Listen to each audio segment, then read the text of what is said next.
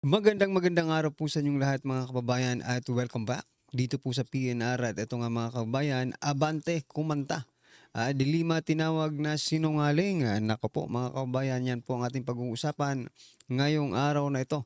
Pero bago pong lahat, kung bago ka pa lang at di pa po napag-subscribe sa ating munting channel, please don't forget to subscribe at palike na rin po ng video ito. Maraming salamat po at eto na nga, simulan na po natin to. Sawala ang bayan ko sa magnanakaw na tao.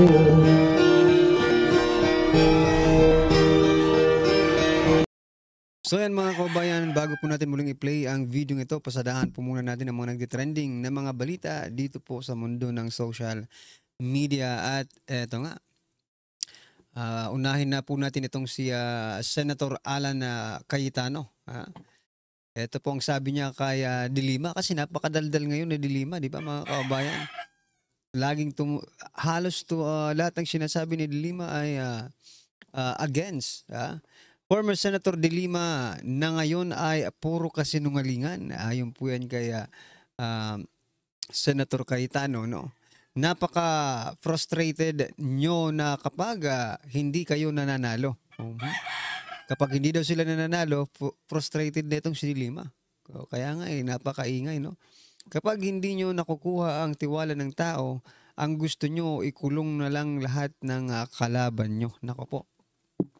Sino bang magtitiwala pa kay Dilima? Bistadong-bistado na itong si Dilima, di ba mga kaubayan? Wala nang dapat pang pagkatiwalaan dito kay Dilima. Wala parang naaalibadbaran tayo kapag nagsasalita si Dilima sapagkat biruin mo, nagsasalita ang isang tao ng accountability, no? Transparency and accountability. Where in fact, yung sarili niya, no? Anong nangyari kay Dilima? Pumatol po siya sa kanyang driver.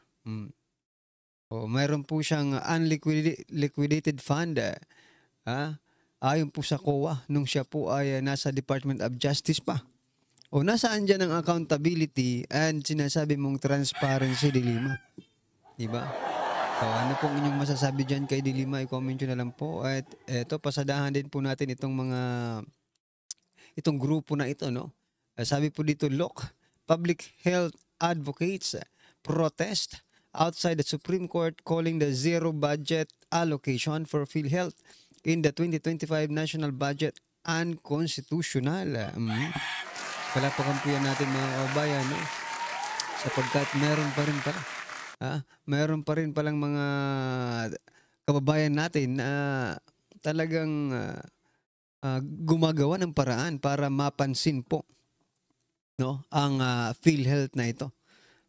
Zero budget po ang PhilHealth subsidy sa 2025 national budget, pero eto, marami po ang marami pong ayaw diyan sa pagkaka-zero budget, di ba? Kasi it is a subsidy of the government, no? Whether or not merong kita kung baga ang PhilHealth, dapat pinaka pondo yan ng taong bayan. Kasi yung iba kasi hindi naman naguhulog ng PhilHealth mga kabayan, pero they can still avail, no? The program. Anyway, unconstitutional itong pag zero budget, hindi lang dyan sa sa PhilHealth, maging ang Department of Education ay tinapyasan nila, which is also an unconstitutional. Dahil sabi po sa ating sa ligang batas mga kababayan, dapat, no, ang may pinakamataas na budget sa lahat ng departamento, ahensya ng gobyerno ay ang Department of Education. Ano pong inyong masasabi dyan? Talagang napakarami po ng mga nangyayari, no, sa administrasyong ito. Napakaraming nangyayari na mga kalokohan. Eto pa mga kababayan, etong matindi. The Philippine National Police said that the Department of the Interior and Local Government, DILG, will shoulder the purchase of patrol vehicles to improve police mobility and visibility, as it expressed its full support 45-minute response time strategy. Alam niyo kung ano pong naisip ko. Ito, magpo-procure na naman po sila ng mga tag dito, patrol vehicles. Yan, mga kababayan. Isa lang pong naisip ko, corruption, mga kababayan. Because alam naman po natin, pag sinabi po ng gobyerno na procurement, mayroong kaakibat na ano yan kaakibat na corruption, no? Well, hindi ko sinasabi that they are going to corrupt, no, the budget. What I'm trying to point out, mga kababayan, kasi lagi nating naririnig sa mga balita ang word na procurement, no? Magpo-purchase, di ba? Po-purchase sila ng mga patrol vehicles. Ngayon, syempre, hindi po maiwasan ng taong bayan na mag-isip na baka baka, di ba? Baka gagamitin lang yan na dahilan para magkaroon ng pagkakakitaan. Ano po ang inyong masasabi dyan, mga kababayan? I-comment nyo na lang. At eto pa. Eto naman po si Abante, si Princess Abante ng House of Representatives. Sabi niya, walang plano ang Speaker Martin Romualdez na tumakbo ng presidente sa 2028. Pero ito, mga kababayan, si Saldico, no? Saldico said, si Senator Joker Arroyo, sabi niya, you know, Zalde, pag si Martin, he's the best na maging speaker. Kasi sabi niya, matalino at may puso. And the best president. Yan, mga kababayan, no? Dito pa lang tinawag na ni Saldico na president. So meaning, may plano talaga sila, no? Sa 2028. Kaya nga di ba? Di ba? Ito ang pattern, mga kababayan. Sa distrito po, no, ni Speaker Martin Romualdez, wala po siyang kalaban. Dinisqualify, no? Dinisqualify nila yung kalaban nila. Ngayon, that is what they are trying to do with Vice President Sara Duterte. Gumagawa sila ngayon ng mga paraan para ma-disqualify si Vice President Sara Duterte sa 2028. Kaya nga ma-impeachment tayo, mga kaubayan. At yan po ang nakikita kong pattern. Yung nangyari sa Leyte na wala siyang kalaban because dinisqualify nila. Ngayon naman si Vice President Sara, no? Mahaba-habang propaganda nila. Mahaba-habang plano. Kasi biruin mo, hindi sila nagtatagumpay sa bawat ginagawa nila kay Vice President Sara Duterte. Pero isa lang po ang gusto kong iparating dito, mga kabayan, that Speaker Martin Romualdez, no, mali po si Princess Abante na walang planong tumakbo ito bilang presidente, no. Ito si Speaker po ay may plano at ito na nga, ibinuking na nga ni Saldico. Ano po ang inyong masasabi dyan, mga kabayan? Comment nyo na lang. At ito, pasadahan po natin si Atty. Claire Castro na sabi niya po dito, wala po tayong nakikitang anumang negative impact na mangyayari sa Pangulo dahil hindi siya kasama sa anumang pagtatagisan ng talino sa debate sa Senado. Ito po ay patungkol, mga kabayan, sa impeachment pa rin ni Vice President Sara Duterte. Anong wala? Yun ang akala nyo. Yun ang iniisip nyo na hindi iniisip ng taong bayan. Alam nyo po ba kung anong iniisip ng taong bayan ngayon? That President Bongbong Marcos Jr. is the one, no, behind the things happening today, no? Siya po ang nasa likod, no? Kasi sino ba naman na departamento, sinong ahensya ng gobyerno ang hindi, sabi nga sumunod sa Pangulo, di ba? Sabi naman ni President Bongbong Marcos Jr., hindi daw siya sinusunod ng kanyang mga alipores. Pero teka lang, you are the president.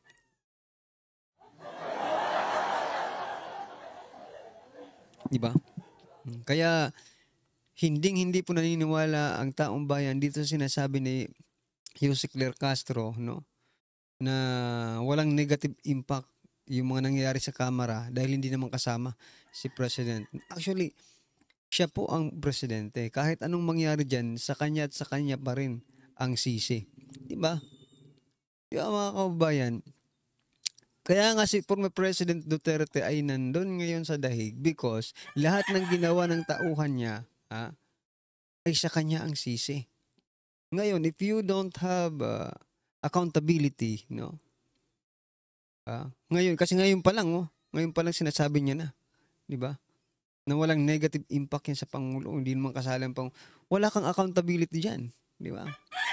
Bilang Pangulo, you have to, accountable of everything, di ba? Na nangyayari dito sa Pilipinas.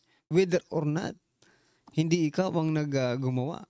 Because you are the president, the people assume, no, na ikaw ang nag-uutos niyan. Oh. Anyway, ano pong inyong masasabi dyan mga kabayan? Comment nyo na lang. At eto, last po natin pag-uusapan kasi medyo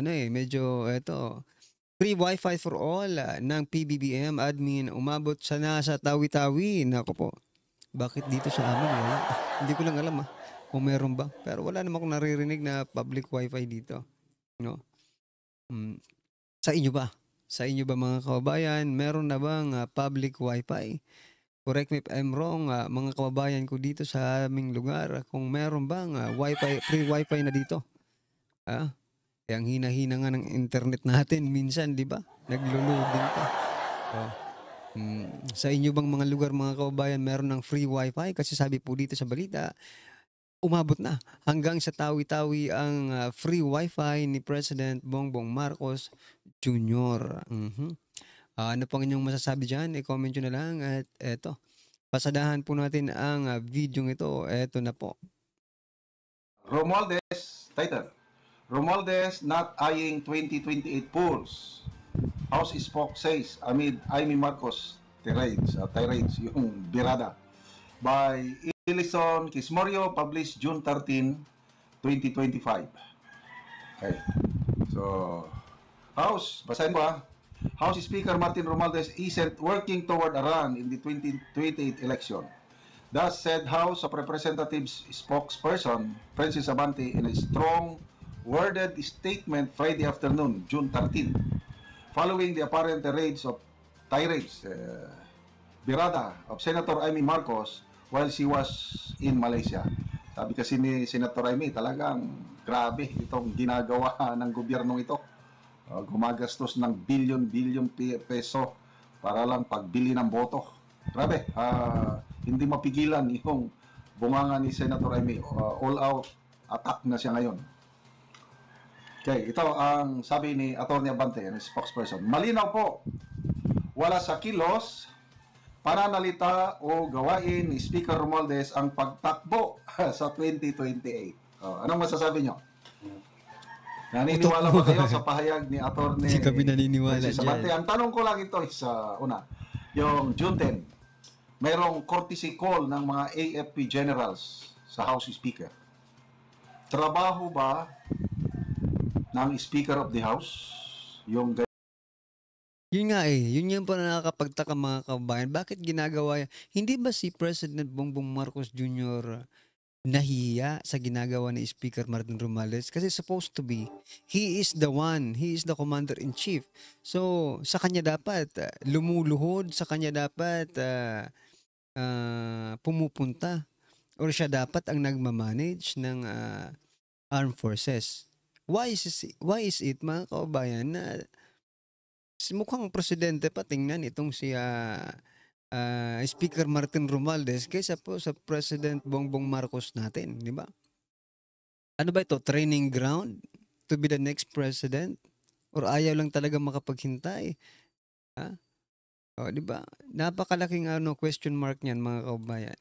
Ganyang mga courtesy call ng, di ba, legislative branch ang House, ang AFP generals is executive. Ngayon lang yan nangyayari. 2 beses na. Last year, I think, mga November o December, nag-courtesy call lang mga AFP generals sa House Speaker. Ngayon, June 10, nag-courtesy call. Another batch of AFP generals. Ano ang ibig sabihin nun? Hindi ba? Ano ba? Marami siyang ginagawa. Yung kaupo ng administrasyon ito, nagbisita siya sa Pag-asa Islands. Trabaho yun ng Secretary of National Defense. Trabaho yun ng Commander-in-Chief. bakit siya ang naunang nagbibisita doon sa Pag-asa Islands? Mga ganun ba? Okay. Ito. Hindi siya nagpapakita sa media para magpasikat. Ang dami niyang mga press release. Daming. Anyway, nasa atin na lang kung paniwalaan natin itong si Atty. Abante o hindi. Hindi siya nagpapakita sa media para magpasikat. Wala siyang press con. Palaging mag-press con yung mga kongresista niya. Siya, maybe, hindi palagi. Kailan ang mga, lalo na yung mga young guns, press con ang press con. Hindi kami, we were not born yesterday, Atty. Princess Abante. Hindi siya gumagamit ng TikTok o vlogs para magpa-cute. Ang daming mga insimada vloggers dyan. Jam Magno, ano pa yan, marami. Again, hindi po bobo ang mamamayang Pilipino. Ano pa yung sabi niya? Ang inuuna niya, ito pakinggan nyo, inuuna niya ay serbisyo, hindi sariling interest. Galing. Palakpakan naman natin itong si Atty. Abante. Ang galing niyang mag-build up sa image. Eto nga mga kaubayan, no, kung sa palasyo nandiyan po si Auntie Claire, dito naman po sa sa House of Representative, eto naman si Princess, no, ang prinsesa ng kasinungalingan. Wag mo kaming gawin. Sabi nga ni General Macanas, we are not born yesterday. Hindi mga bobo ang mga Pilipino. Hindi na kami maniniwala diyan sinasabi mo. Napakabago. Sabi nga ni Senator Jinggoy Estrada, no, kabago-bago nitong spokesperson ng House of Representative, pero napakasinungaling. Ayan. Tinatawag ka ng sinungaling, no? Talagang parehas talaga kayo ni Auntie Claire ng palasyo. Anyway, mga kababayan, ano po ang inyong opinion patungkol po sa video ito? Comment nyo na lang po para at least alam po ng ating mga kababayan ang inyong opinion. Maraming salamat po. Please don't forget to like the video. Maraming salamat po. Sawa na ang bayan ko sa magnanakaw na tao.